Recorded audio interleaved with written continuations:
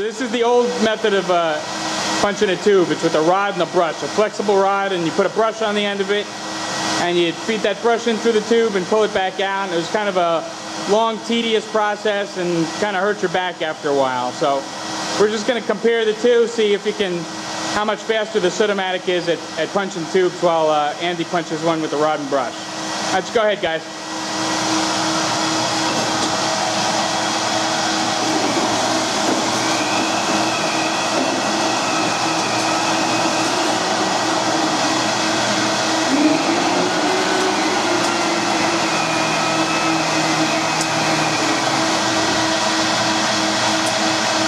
One tube.